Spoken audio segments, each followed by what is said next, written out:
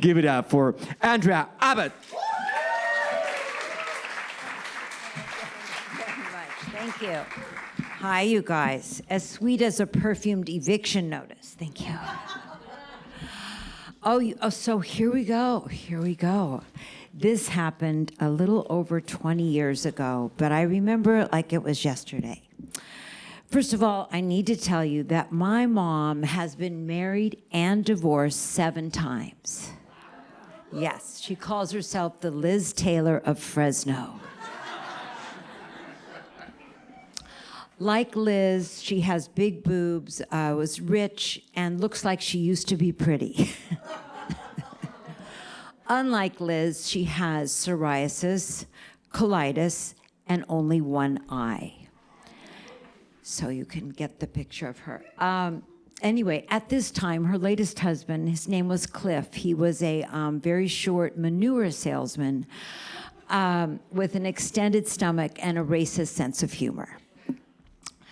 And they were married for a while, and my mom, after about a year, convinced herself and then others that he was trying to kill her. And she remembered, my mom's an alcoholic, so she has a good imagination. She remembered that Cliff had been in the CIA and was a trained hitman. So she had to, kick him out, get the marriage annulled, and hire this large Mexican man named Julian who carried a gun to protect her like she was a rap star and needed her back covered when she rolled out in the hood. I should tell you that my mom never rolled out. She never left the house, but mostly because of the colitis. And but she stayed at home. So her hairdressers and psychiatrists and whatever guys came over to see her. But still, she insisted she needed this bodyguard. And because she never left the house, she didn't wear pants or a skirt or a dress. Those were outside clothes. She wore negligees, which were perfect for entertaining at home. So anyway, and J-Lo's perfume, that was her fave. Anyway, and she did have it's not like she had a hole, she had another eyeball. She called it her trucker's eye. Because she got it from a trucker who hit the skids and donated his eyeballs.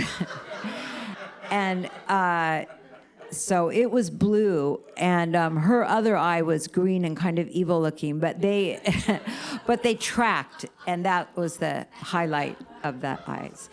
Anyway, it was her favorite conversation piece. She felt that ever since she got this trucker's eye, she started liking country music, and she wondered what else she would start to like. Anyway. So if you picture her with her non-matching eyes in her negligee, but she's insisting that she needs this bodyguard, this large Mexican man named Julian with the gun, to stay in her house 24/7 because Cliff might creep in through the doggy door and take her out, even though his stomach was so extended. I don't think he could get through the doggy door, but the point is he might get in and kill her. So she kept Julian. And then after several months of just having, this Spanish-speaking bodyguard and her many personalities to keep her entertained, she grew kind of lonely. And that's when she was caressing her breast one night and found a lump and decided that she had cancer. And so she should probably take Cliff back because who cares if he kills her now? She's on death's door. And of course, she didn't have cancer. It's just a story she made up to get him back because she had ruined his name and reputation and manure business. So she needed that cancer card.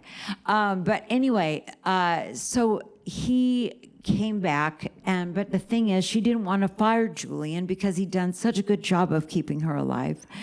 And so she kept him on as a live-in bartender. It's a fantastic job. And so that way, after Cliff came home from a hard day of looking for work, Julian would be there, to cheer him on.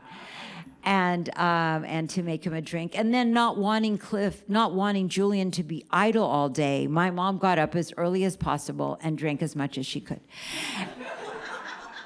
And for Julian's purpose.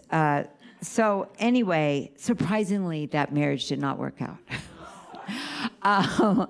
My mom, after several months, let Cliff and Julian go and put herself back on the market. Okay. She is the reason I screen my calls. But this night, 20 plus years ago, I was so busy watching NYPD Blue that I didn't look at the caller ID before I picked up the phone. And I immediately regretted it, but it was too late. I could hear my mom on the phone, sis. That's what she called me, sis. Sis, I've met someone. I'm like, oh my God. It's so amazing to me that I have these single, functional, beautiful friends that can go months on end without meeting anyone. And yet my one-eyed mother who shits herself just reels them in. It's like a sexy yellow pirate. But anyway, she tells me, I've met someone. And okay, so she goes on to say, he's 43. She's 68. He's 43. His name is Rudy, and he's a jazz musician and very sexy. And I was like, oh, she couldn't see me cringe. So she goes on to describe how good he is in bed. And I try to block it all out, but I hear cock ring and climax and things. I'm like, oh, I'm wondering if I'm going to throw up or not, if the feeling's going to pass. And she goes, but that's not why I'm calling. I'm so relieved. She goes, I don't know, but I think he might be the one. I might get married again. And I'm like, and then she goes, but there's just one thing I'm worried about. And I'm like, yes, that you don't know him, that he's 20 years your junior, that you're drunk and won't remember any of this tomorrow. No. What I'm worried about is, honey, he's never had kids. What? Exactly. What? And she goes, so that's why I'm calling. I can't make sense of it. I can't follow her, but I haven't been able to follow her for a long time. So I just go, yeah, okay. Well, thanks for calling. She goes, no, honey, will you do it? And I'm like, what? She goes, will you be our surrogate?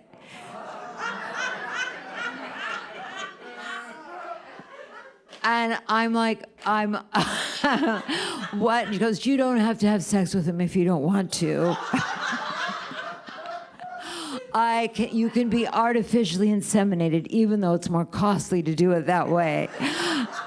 I'm like, oh, thank you, Mom. But spare no expense. But anyway, I'm like, and I'm hesitating, and she immediately sees into this, and she's like, you know, sweetie, I would do it for you.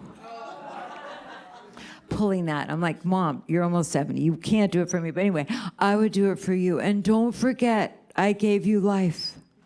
So you're really just paying me back. I'm like, Mom, and then her next emotion comes, and it must be expressed. And that motion, that motion is anger. Oh, I know why you won't want to have his child is because you're a greedy, greedy vulture. And there will be less money for you when I die if I have another child. I'm like, Mom, no, that's it. No, I know. She falls out of bed. I can hear her fall to the floor. And I hear this clump, and I'm able to watch NYPD Blue for just a minute and kind of catch up. And it seems like Franz has this a guy, informant, he gets all his information from about the guy he has in custody. But it seems like this informant might actually be the killer. I love the show. But my mom writes herself, and she's like, honey, so I just hope you'll think about it. And I go, I will. I'll think about it. And she goes, so? She goes, honey, I have to go because the maid puts so much lemon pledge everywhere. Things just fall off the tables. I know she's not on a table, but anyway. And I go, Mom, why don't we talk tomorrow when you are feeling better? I'm not drunk, she yells out. I didn't say you were, but I just thought you need some sleep. Then she goes, Rudy, tell her I'm not drunk. And Rudy says, your mom ain't drunk. And I realized that he's been on the phone this entire time. But what bothers me even more is that he uses the word ain't. I'm like, wow, okay, this guy. I go, wow, he's been on the phone this whole time. She goes, he has every right to be on the phone. We're discussing his children. And she does have a point, but I'm missing all of my show. I'm missing my show. And so, anyway, now she comes up with this. She goes, you know what, Rudy? She smiles like she's flirting at a bar. You know what we'll do? We'll call Elise. And he's like, who's that? And Elise is my younger daughter. She is much prettier and nicer than Andrea. And I am looking at the TV right there. I see Dennis Franz eating a hot dog. I will never know who killed the florist. Or how my mother could pick my sister over me to have this insane, never will happen child.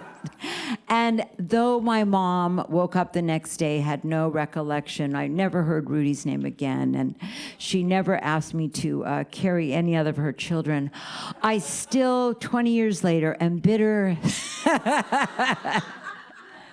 that she thought Elise was prettier, younger, and would be a better mother than fucking me. Thank you very much, you guys. Thank you so much. Thank you.